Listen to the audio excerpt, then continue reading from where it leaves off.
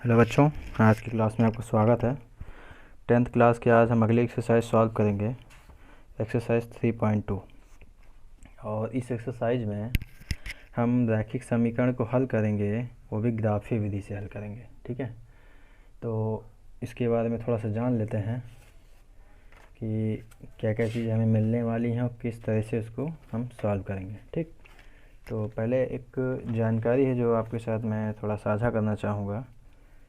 पिछली एक्सरसाइज में क्या पढ़ा था उसी के बारे में हम थोड़ी बात कर लेते हैं। पिछली एक्सरसाइज में हमने क्या पढ़ा था, हमने बीजगणितीय क्या किया था, समीकरण बनाए थे और उसको क्या किया था, ग्राफ पे दिखाया भी था। ठीक है, अच्छा, तो हम 3 तरह के ग्राफ या 3 तरह की कंडीशन के बारे में बात करते हैं जो आपको ग्राफ पे मिल सकती हैं। तो क्या है, जैसे मैंने बना दिया, ये एक्स एक्सिस बना दिया मैंने, एक्स ये वाई, और मान लीजिए कोई ऐसा कोई आपको केस मिला। ठीक, फिर मैंने एक एक्सिस बना दिया एक्स वाई, एक ऐसा मिला कि इस पर पहली रेखा और इसी पे दूसरी रेखा भी आ गई। ठीक, तीसरा केस मैंने बना दिया ऐसे, और एक रेखा ऐसे गई और एक रेखा ऐसे गई। ठीक, ये एक्स एक्सिस, ये वाई एक्सिस। तो आपको ध्यान रखना है, देखिए ये जो ग्राफ है इसमें देखिए कि जो दोनों रेखाएं एक दूसरे को कहीं ना कहीं प्रतिच्छेद कर रही हैं। ठीक है, एक बिंदु पर क्या कर रही हैं, प्रतिच्छेद कर रही हैं। ये वाली रेखा देखिए, ये क्या, दोनों रेखाएं एक दूसरे के ऊपर आ गई हैं, तो इसको क्या बोलेंगे, समपाती रेखाएं हैं। समपाती, समपाती कब बोलेंगे, जब दोनों रेखाएं एक दूसरे के ऊपर हों। ठीक है, अब इस पर अगर पूछे कि कितने पॉइंट हैं इस पर, तो कहोगे इस पर तो बहुत सारे पॉइंट्स होते हैं, यहाँ यहाँ यहाँ यहाँ ऐसे ऐसे कर गए। ठीक है, अच्छा, क्या ये दोनों रेखाएं एक दूसरे को क्या करेंगे, कहीं इंटरसेक्ट करेंगी, प्रतिच्छेद करेंगी, कहीं नहीं करेंगे। ठीक है, जैसे रेल की पटरियाँ नहीं होती, चलती चली जा रही हैं, कहीं मिलती नहीं है, देखिए, तो क्या है, कहीं प्रतिशत करेंगी, नहीं करेंगी। अब आप सोच रहे होंगे कि मैं ये सब क्यों बता रहा हूँ। देखिए, ये जो एक्सरसाइज हम हल करने वाले हैं इसमें हम रैखिक समीकरण का यूँ ग्राफीय विधि से हल करेंगे। ठीक, तो ये 3 तरह के केस मिल सकते हैं हमें, या तो प्रतिच्छेद करेंगे, या समपाती, या तो ये समांतर रेखाएं बोल सकते हैं उसको, समांतर रेखाएं। ठीक है, एक तो तरीका हो गया ग्राफ से हम पता करेंगे, जैसे ग्राफ हमने बनाया, हमें ये केस मिला तो हम कहेंगे रेखाएं प्रतिच्छेद कर रही हैं। ऐसा केस मिला तो हम कह देंगे समपाती हैं, ऐसा केस मिला तो हम कह देंगे समांतर हैं। ठीक है, ये तो ग्राफ से पता चल जाएगा हमें। ठीक, अच्छा, अब हम बिना ग्राफ के कैसे बताएं, अगर हमें कोई ऐसा क्वेश्चन हमें मिल जाए जिसमें हमें बोले कि 2 इक्वेशन दे दे रैखिक समीकरण के, है ना, लीनियर इक्वेशन के, और बोले कि बताओ कि कौन प्रतिच्छेद करेगा, कौन समपाती है, कौन समांतर है, ग्राफ का नाम ना ले वो, तब आप कैसे बताएंगे कि कौन समपाती है, कौन प्रतिच्छेद करेगा, कौन समांतर है। ठीक है, तो इसके लिए आपको क्या करना है, मैं एक स्टैंडर्ड इक्वेशन बता दे रहा हूँ, वो आपको याद रखना है। ठीक है, वो ये है a1x b1y plus c1 equal to 0। इसी तरीके से a2x b2y plus c2 equal to 0, ये याद रखना है आपको। ठीक है, x का मल्टीपल जो पहला इक्वेशन होगा a1 होगा, ये b1 होगा, ये c1, ये अचर पद है। इसी तरह ये a2, ये b2 और ये c2 अचर पद है। ठीक, तो मैं एक रिलेशन बता रहा हूँ, आपकी बुक में भी दिया हुआ है पेज नंबर 51 पे। ठीक है, ये देखिए, इसको थोड़ा ध्यान से समझना है, इसकी मदद से हम समझ जाएंगे कि कौन प्रतिच्छेद करेगा, कौन समपाती है और कौन समांतर है। ठीक है, देखिए, अगर आपको रिलेशन ऐसा मिलता है, अगर आपको रिलेशन ऐसा मिलता है a1/a2 बराबर नहीं है b1/b2 के, तब हम क्या बोलेंगे कि ग्राफीय निरूपण कैसा होगा, उसका प्रतिच्छेद करती हुई रेखाएं होंगी। ठीक है, इंटरसेक्टिंग लाइन होगी। ठीक, कब, जब a1/a2 बराबर नहीं होगा b1/b2 के। ठीक, अभी मैं इस एग्जांपल की मदद से आपको समझा भी दूंगा, अभी सिर्फ जान लीजिए। और केवल एक हल होगा, ये क्या लिखा है इन्होंने, केवल एक हल होगा, इससे क्या मतलब समझ आया। इसको अगर मैं इस तरह समझाना चाहूँ आपको, जो मैंने अभी बोला कि ये क्या है, प्रतिच्छेद कर रहे हैं, प्रतिच्छेद कर रहे हैं, तो आप देखिए कितने पॉइंट पे प्रतिच्छेद कर, एक पॉइंट पे, तो एक पॉइंट पे प्रतिच्छेद कर रहे हैं तो इसको क्या बोलेंगे आप, केवल और केवल कितने हल होंगे इसके, एक ही हल होंगे। कब, जब ये प्रतिच्छेद करेंगे केवल एक हल होगा, केवल हल होगा, एक हल होगा। ठीक। दूसरी चीज़ संपाती।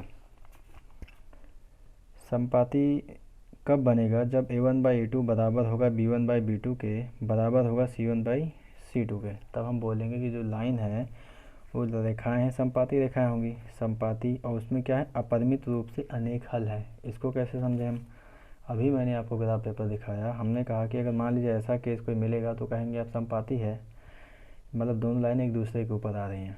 ठीक है। अच्छा, इस दोनों लाइनों पे देखिए कितने पॉइंट पे कटेंगे, ये तो बहुत सारी पॉइंट कह सकते हैं, अब यहाँ यहाँ यहाँ यहाँ, तो इसके कितने, जैसे यहाँ पर एक जगह पे इंटरसेक्ट होता था तो आपने कहा था एक हल होगा, तो यहाँ तो इस तरह पॉइंट देखें तो इसके तो बहुत सारे हल हो जाएंगे। ठीक। तो क्या बोलें, इसके अपरिमित रूप से अनेक हल होंगे। ठीक। तीसरा देखिए, अगर a1/a2 बराबर है b1/2 के लेकिन बराबर नहीं है c1/c2 के, तब हम क्या बोलेंगे, समांतर रेखाएं होंगी, समांतर होंगी और इसका कोई हल नहीं होगा। सीधी सी बात है, कोई हल कैसे नहीं होगा, क्या ये दोनों रेखाएं कहीं मिलेंगी या कहीं एक दूसरे को काटेंगी, जब काटेंगे ही नहीं तो इसके हल कैसे हो जाएंगे, इसके कोई हल नहीं होंगे। ठीक है, इतनी बात समझ में आई। अच्छा, कहीं ना आपको कुछ क्वेश्चन में ऐसे ही बोल देगा, बता दो कौन संगत है कौन असंगत है, तो संगत संगत से आपको परेशान नहीं होना है। संगत संगत कहीं अगर शब्द यूज कर लिया जाए तो एक बात ध्यान रखिएगा, अगर रेखाएं कहीं ना कहीं कट रही हैं, कहीं ना कहीं प्रतिच्छेद कर रही तो संगत केस हो जाएगा। जैसे ये किसी बिंदु पे क्या कर प्रतिच्छेद कर रही हैं तो इसको हम संगत केस बोल देंगे, संगत है। ये भी देखो कितने बहुत सारे पॉइंटों पे प्रतिच्छेद करेंगे, एक देखा या तो एक दूसरे के ऊपर है तो इसको भी संगत केस बोलेंगे, संपाती रेखाओं को। लेकिन क्या ये कहीं प्रतिच्छेद करेंगे, कहीं काटेंगे दूसरे को, तो इसको सिर्फ असंगत बोलेंगे। तो असंगत का सिर्फ एक ही केस होगा, समांतर रेखा है। संगत का केस होगा संपाती और आपका प्रतिच्छेदी, क्योंकि आगे सवाल मिलेगा भी आपको, कहेंगे बताओ कौन संगत कौन असंगत। ठीक है। तो संगत वाले केस के लिए क्या करेंगे, ये देखेंगे, संगत वाले केस के लिए देखेंगे संपाती वाला केस देख लेंगे, असंगत के लिए ये देख लेंगे। अब तीनों बातों को क्या करें, एक एक एग्जाम्पल से समझ लेते हैं और फिर हम तैयार हो जाएंगे एक्सरसाइज को लगाने के लिए। ठीक है, चलिए पहले हम प्रतिच्छेद का एग्जाम्पल देखेंगे। देखिए बच्चों, हमने यहाँ के एग्जाम्पल लिया है आपको प्रतिच्छेद के बारे में समझाने के लिए, प्रतिच्छेदी रेखाओं के बारे में। x - 2y = 0, दूसरा दिया है 3x + 4y - 20। ठीक है, तो इसके बारे में मैंने बताया है, तो आपको अगर इसको समझना है तो देखिए यहाँ पे मैंने a1 का मान निकाल लिया। a1 कैसे निकालते हैं, जो x का गुणांक होता है पहले समीकरण से वो a1 होता है। ठीक, इसी प्रकार a2 क्या होता है, दूसरे समीकरण का जो x का गुणांक होता है वो a2 होता है, 3 है। इसी प्रकार b1 - 2 हो जाएगा आपका, देखिए b2 क्या हो जाएगा, 4 हो जाएगा। c1 यहाँ पे देखिए 0 है चार पास, तो मैंने 0 लिख लिया। c2 यहाँ पर क्या -20 है, -20 है, मैंने लिख लिया। अच्छा, हमें देखना है कि क्या तीनों केस में कुछ ऐसा बन रहा है। अभी हमें मान लीजिए हमें कुछ नहीं पता कि प्रतिच्छेदी हैं संपाती हैं क्या, हमें नहीं पता कुछ भी, तो हमने क्या कर लिया, a1/a2 करके देखा तो हमें पता चला 1/3 मिला। ठीक, इसी प्रकार b1/b2 की हमने, b1/b2 तो -2 और ये 4, तो 2 एकम 2, 2 दूनी 4, क्या आया -1/2। c1 का वैसे भी नहीं चेक करेंगे, तो हमने क्या कि इन दोनों में चेक किया, तो हमने कहा a1/a2 बराबर नहीं है b1/b2, और ये रिलेशन किसको बताता है कि रेखाएं प्रतिच्छेद करती हैं, रेखाएं प्रतिच्छेदी हैं या प्रतिच्छेद करती हैं, प्रतिच्छेदी है। अगर संगत असंगत में पूछते तो कहते संगत है ये। ठीक है, और कितने हल होंगे इसके, सिर्फ एक ही हल होगा इसका। समझ आया, उम्मीद है समझ में आया होगा। चलिए एक केस और देख लेते हैं। देखिए बच्चों, मैंने एक दूसरा उदाहरण लिया है दूसरे केस को समझाने के लिए। 2x + 3y - 9 = 0, 4x + 6y - 18 = 0। देखते हैं इसमें क्या रिलेशन बनता है। a1/a2, a1 का मान है 2, a2 का मान है 4, 2 एकम 2, 2 दूनी 4, क्या मिला हमें 1/2। इसी तरह b1 वाला चेक कर लेते हैं, b1/b2, b1 का मान है 3, b2 का मान है 6, 3 एकम 3, 3 दूनी 6, 1/2 मिला। इधर c1 वाला चेक कर लीजिए, c1/c2 -9 और माइनस का 18, माइनस माइनस कट गया, 9 एकम 9, 9 दूनी 18, 1/2। तो हमने देखा कि a1/a2 में 1/2 आ रहा है, b1/b2 में भी 1/2 आ रहा है, और C1/C2 में भी क्या आ रहा है, 1/2 ही आ रहा है। इसका मतलब हमने कहा A1/A2 बराबर है B1/B2 बराबर है C1/C2 के। और ये तो रिलेशन होता है हमारा समपाती वाला, ये रिलेशन होता है हमारा समपाती रेखाएं। ठीक है, रेखाएं कैसी हैं, समपाती हैं। अच्छा, अगर पूछ लिया जाए कितने हल होंगे, तो समपाती में तो मैंने बताया था इसके तो अपरिमित रूप से अनेक हल होंगे। अगर संगत असंगत में पूछता तो कहते ये संगत है। ठीक है, अब लास्ट केस देख लेते हैं, उसके बाद हम एक्सरसाइज लगाएंगे। चलिए बच्चों, तीसरा एग्जाम्पल भी समझ लेते हैं। A1/A2 देखते हैं। A1/A2 1/2 B1/B2 2/4 काटेंगे तो ये आ जाएगा 1/2। लेकिन जब C1/C2 देखेंगे तो आएगा -4/-12। तीनों काटो तो क्या हो जाएगा, दोनों 4×3=12। तो हम यहाँ पर एक ख़ास चीज़ देख रहे हैं कि A1/A2 B1/B2 तो बराबर है, लेकिन B1/B2 बराबर नहीं है C1/C2। क्या बोला मैंने, B1 बोल दीजिए, B1/B2 बराबर नहीं है C1/C2 के। ठीक है, और ये कैसा केस होता है, ये समांतर रेखाओं का केस होता है, समांतर रेखाओं का केस होता है। ठीक है, समांतर रेखाओं का केस होता है, और ये असंगत भी है। अगर कभी हल पूछ लिया जाए तो बोलेंगे इसके कोई हल नहीं है। ठीक है बच्चों, तो जो बेसिक पार्ट था जो हमारी मदद करेंगे क्वेश्चन को सॉल्व करने में, वो हमने पूरा देख लिया है, समझ लिया है। अब हम बिल्कुल तैयार हैं कि हम एक्सरसाइज को सॉल्व कर सकें। ठीक है, तो चलिए 3.2 सॉल्व करेंगे और कोशिश करेंगे अच्छे से समझने की। ठीक है, ठीक है। देखिए बच्चों, 3.2 का पहला क्वेश्चन है, निम्न समस्याओं में रैखिक समीकरण के युग्म बनाइए। पहले युग्म बनाना होगा और उनकी ग्राफी विधि से हल ज्ञात करना है। अच्छा, पिछली एक्सरसाइज में हमें सिर्फ ग्राफ पे दिखाना था, कोई हल नहीं पूछा था। इसमें हमें मान भी निकालने हैं, तो हमें ग्राफ को बिल्कुल सही बनाना होगा, तभी हमें मान मिलेगा। देखिए, कक्षा 10 के विद्यार्थियों ने एक गणित, कक्षा 10 के 10 विद्यार्थी हैं, मतलब टोटल 10 लड़के हैं, उसमें लड़का और लड़की दोनों होंगे। 10 विद्यार्थियों ने एक गणित की पहली प्रतियोगिता में भाग लिया।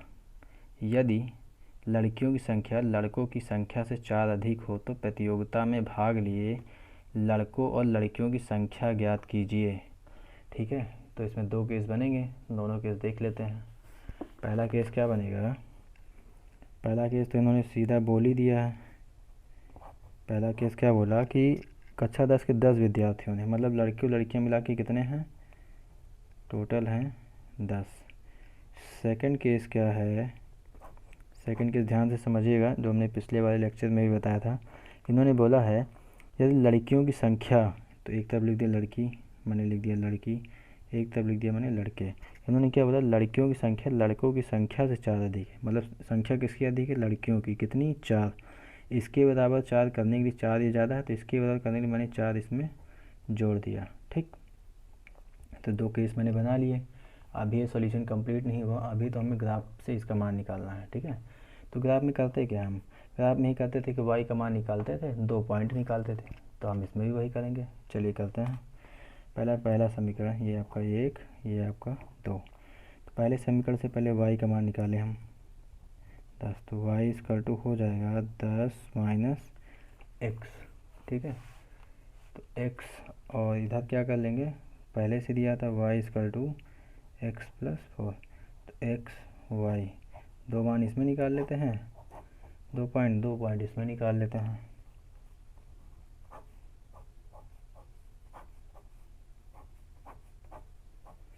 देखिए, अब यहाँ पे क्या रखा जाए, तो इसमें ज़्यादा सोचना नहीं है।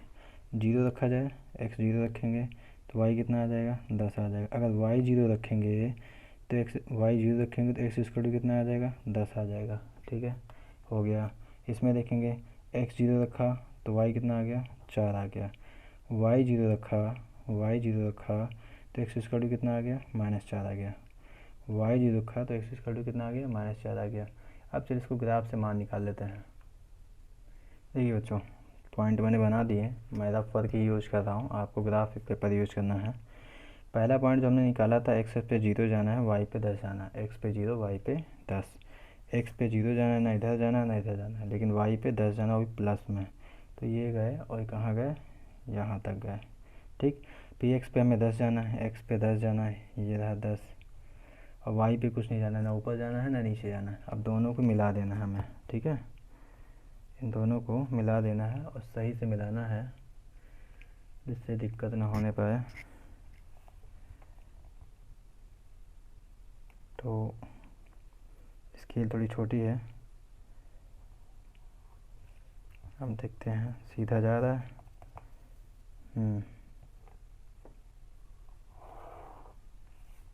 ठीक है। दूसरा, एक्स पे 0 जाना है, वाई पे जाना है 4।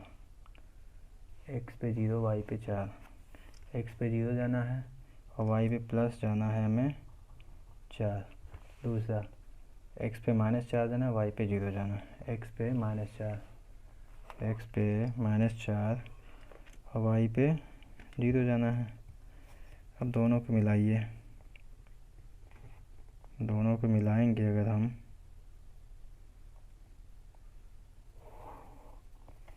तो कुछ इस प्रकार आएगा। ठीक है, तो देखिए जो ये पॉइंट देखेंगे हम कहाँ पे इंटरसेक्ट कर रहा है, क्योंकि रफ है तो थोड़ा बहुत तो इधर उधर हो ही गया है, लेकिन आप ध्यान से देखिएगा तो इस पे भी गलत नहीं बना है, बिल्कुल सही बना हुआ है। ठीक है, कहाँ कट हो रहा है ये देखेंगे अगर हम, तो एक्स अक्ष पे कितना गए हम, 3 गए हैं।